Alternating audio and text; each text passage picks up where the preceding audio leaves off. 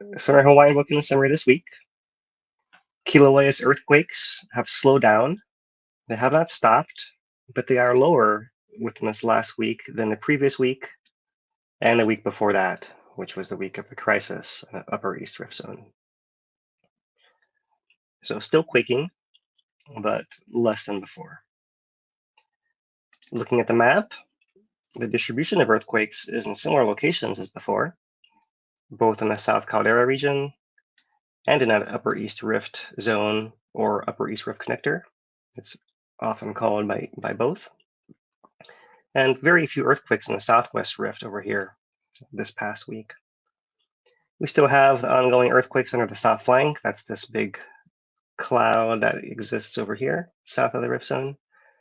And Dipahala quakes are still ongoing as well. And here's the Kīlauea piece of them on the map.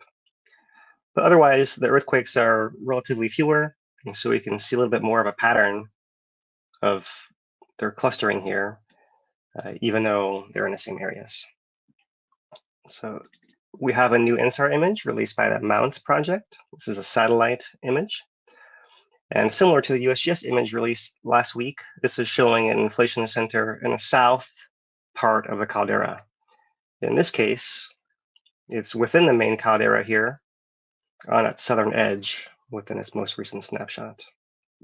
But that zone extends south into the Kauai fault zone, bordering this Upper East Rift Zone connector.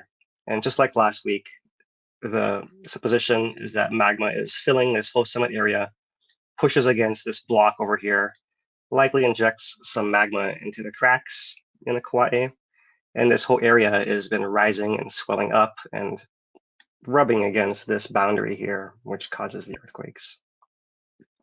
There may also be some magma moving in there, but as you can see from this ground deformation image, most of that bulging is happening within that caldera area.